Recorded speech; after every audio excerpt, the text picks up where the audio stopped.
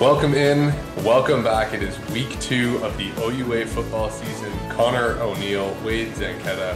We've got two marquee matchups this week. So nice, we have to talk about them twice. We're going to start. We got one Saturday game, one Sunday. Of course, Labor Day weekend in Canada means football all the way through. Lots going on around the country and the other conferences starting as well. But here in the OUA, we've got two great matchups that we're going to talk about. We'll mention the other ones as well, but two that we've really got our eye on. Yeah, we are honing in on two big ones, another quarterback battle coming up this weekend. But you're right, there are some other great games around the province too. So we are not going to shy away from those. They are going to get their shine. But like we explained last week, new format this year a little bit. We've got two marquee matchups to bring you, like Wade was talking about. So those are the games that we're really going to hone in on. Wade, with that being said, where do you want to start? What end of the province? Do you want to start chronologically? Do you want to start with the other game that's a little bit closer to your heart? What do you want to do here? Let's go with Matt Queens. That's one of our marquee All matchups right. this week. And the reason that it is, Connor, is the quarterbacks. You kind of alluded to it. These are two 0-1 teams. Why are we having a marquee matchup with winless teams? Well, because the players at the helm are arguably two of the biggest stars that we have in this conference. Keegan Agreed. Hall from McMaster, they throw the ball all over the park. They only ran the ball. I think their lead back had 11 carries last week. Still clipped 100 yards, but with Mac, it is an aerial assault through and through. And in this continuing storyline of can Mac get back to being McMaster, this is a big step that they would have to take in knocking off a team in Queens that has been a powerhouse under Steve Schneider. Yeah, no, and I think the story of this one we talked about Keegan Hall and Alex Vreekin. I think the story in this one a little bit is how are these guys going to bounce back? You said it, both teams coming off losses in week one. Mac had the 31-14 loss to Laurier to open the season, and Queens lost a close one, 25-21 to the Windsor Lancers.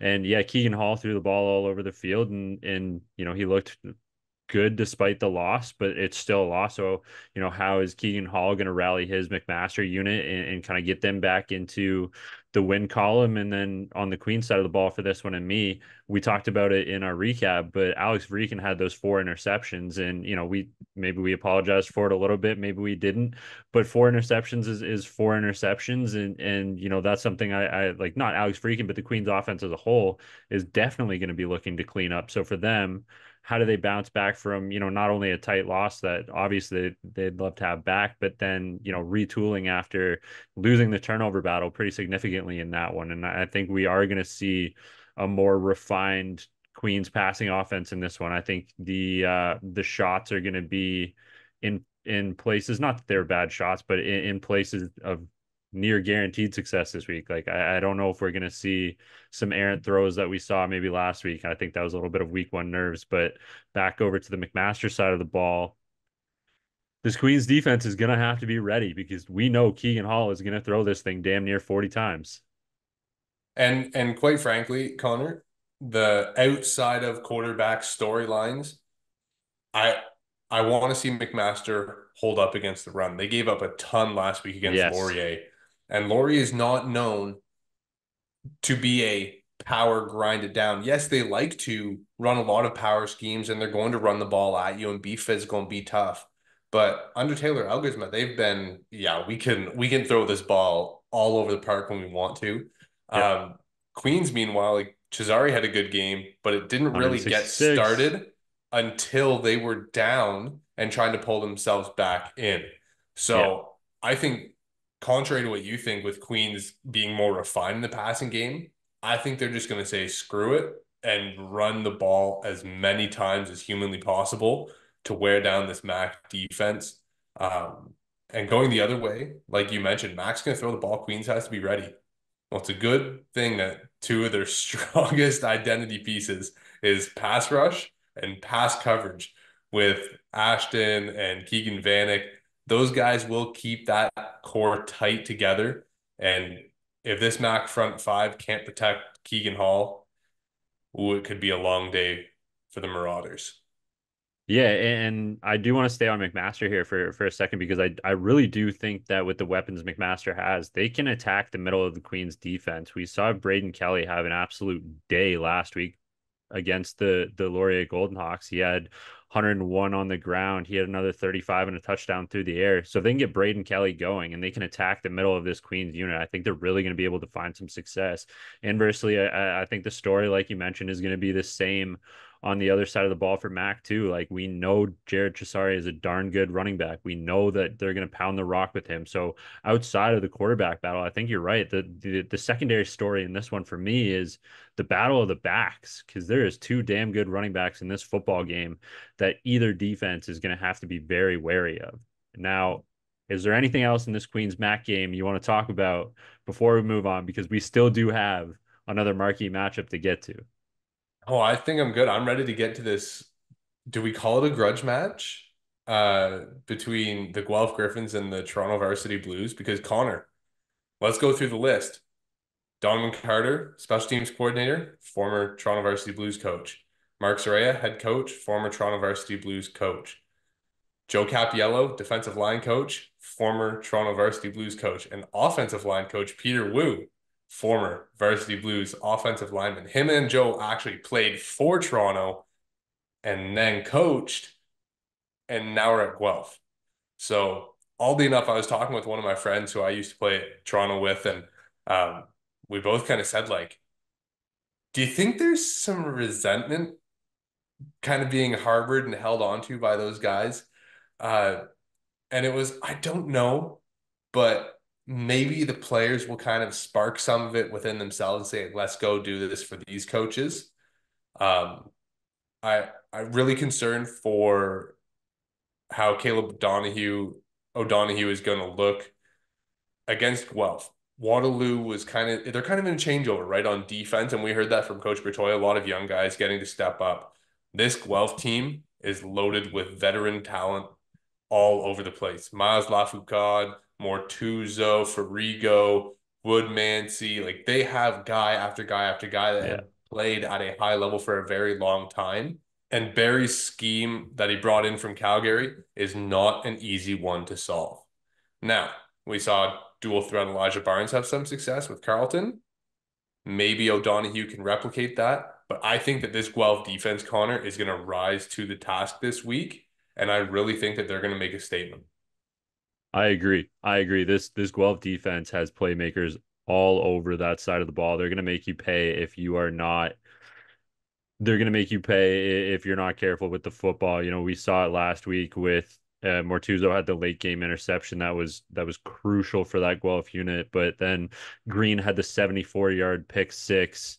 These guys have hard hitters up front, like you're mentioning with Woodmansey. So this Guelph unit will make you pay if you are not careful with the football. They'll force you into mistakes that they can capitalize off of. So a young quarterback such as O'Donoghue is gonna have to be aware of what this Guelph defense is going to be able or what this Guelph defense is going to be trying to do and just rely on his playmakers to combat that. He was calm, he was poised, he was aware in the pocket last week and it resulted in a win for them. So I think he just as a young guy, he just needs to have confidence in the calls and have confidence in the guys around him.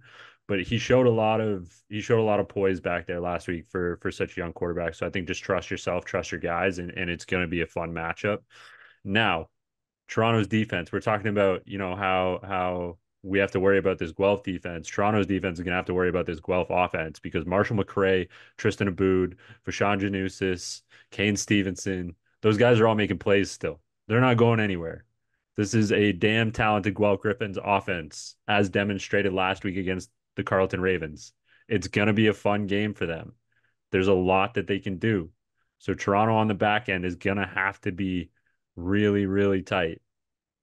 Yeah, and knowing Coach Mullen and having played for him like we both have, it's going to be a heavy zone look from this defense, and Yeah. that's not a shot at the Toronto DBs can't man up Vashawn Janusis. Let's let's be honest, Connor. There's maybe one or two DBs in the country that could. If you don't have one of those two guys, you're probably going to look at a zone approach, especially the way Arsenault and the other receivers were able to piece off against Carleton when Vashawn was clearly the focal point. of their pass coverage and trying to dissuade him getting the ball. But like you mentioned with the two quarterbacks, Connor, they do enough with both quarterbacks that you can't say, oh, Marshall's coming in. It's going to be a run. Let's gear up and go.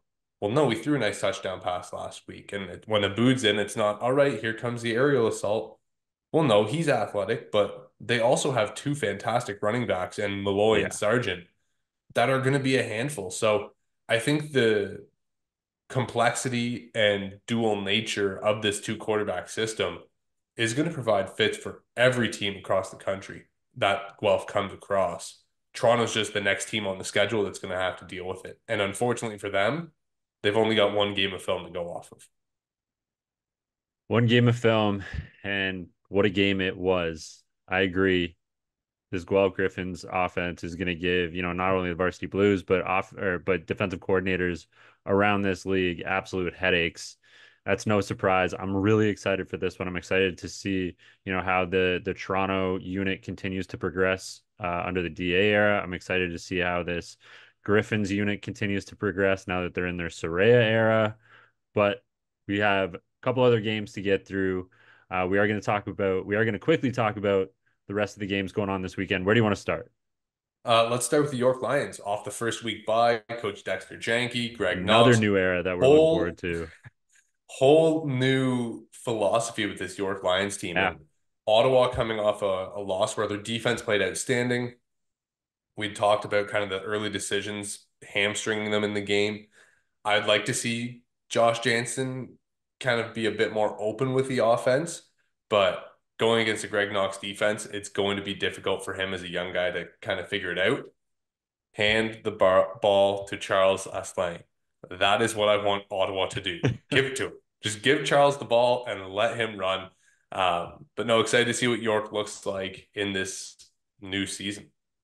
Yeah, that's what I was going to say. I'm excited you picked this one first because I think of the games that we haven't talked about yet, the York Ottawa matchup is probably the one that I was next most looking forward to. I'm excited to see what this Dexter Janke era looks like for the York Lions. I'm excited to see what a Greg Knox defense is going to look like with that York Lions unit. So a lot of curiosity is surrounding York this year. Really looking forward to that game. Staying with teams in the nation's capital, but actually moving to the nation's capital because Yeah, this Ottawa's on the road. Ottawa's on the road in York. So we're going back to the nation's capital. The Carleton Ravens hosting the Windsor Lancers. I talked about I talked about this with Coach JP Cercelli. I said, how nice is it to have week one at home? And he goes, yeah, it is really nice. But then we got to turn around and drive to the other end of the province in week two when we play Carleton. So I mean, it's a little bit of a give and take there, but I'm excited for this game. Coach JP Cercelli has that Windsor Lancers team freaking rolling. They looked very good against Queens in week one. A lot of veterans back there. They look poised. They look like they are back. They have Wade, let's say it, after week one. Looks like they got the passing figured out too. I'm excited to see how this unit continues to progress. Carleton on the other side, tight loss, tough loss to the Guelph Griffins last week. They're going to be looking to bounce back. I liked what I saw from Carleton despite the loss. They played gritty. There's a few things that they got to clean up, but you hung up 25 points week one. They looked good despite a loss. Uh, Connor, one statistic that concerns me, especially because it's Windsor coming in. They ran the ball for 300 yards, 297. They could have fallen forwards and hit that three bill mark, but the Windsor Lancers see that number and go, okay, you did that. We're going to do this. And they're going to go way above and beyond that mark in their minds and in their scheming because this is a team that wants to run the football. You mentioned, oh, Mm-hmm. well, maybe they have the passing figured out. I don't think they really care this week. I think they're Not this going to week. go to Ottawa and say, we're running the ball at you all game. Can you stop Wavy Mumbo? Can you stop Zorn? Can you stop Danny Skelton? Because he's got legs too. Can you Yeah. stop Chris John? Like they have three running backs that are legitimate threats to break a wide open game. I think all these guys are going to see healthy carries. And I think what we always talk about ground games and defense travel, Windsor's looking at this road trip and saying, let's bring the ground game today. No, I completely agree. I do fully expect Windsor to come out absolutely running the damn ball. Another one that I'm looking forward to. Let's get to the last game of week 2 in the OUA, though. The Waterloo Warriors heading to London to take on those Western Mustangs. It's going to be an interesting game. I think it's going to be a little bit of a test to see where the Waterloo Warriors stack up. This is a veteran Western Mustang team. It's a hard hitting Western Mustang team. Just go ask Jackson Finley.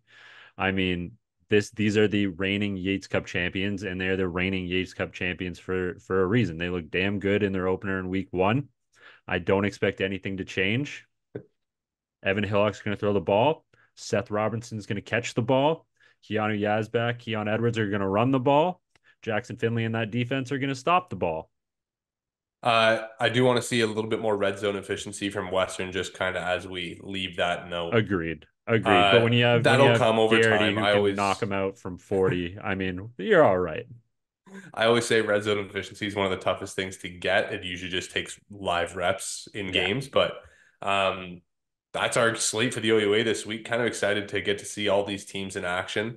Uh, Stay tuned to OUA.tv for all of these games. You can watch them all for free live. You get them on demand for up to a day later, I think. But OUA.tv, check them out. All games live. On the Saturday, you get 3 time slots. Sunday, both games are at 7. But that's okay. That's why we have different screens and monitors, right? Enjoy all the games this weekend, guys. Make sure to check them out.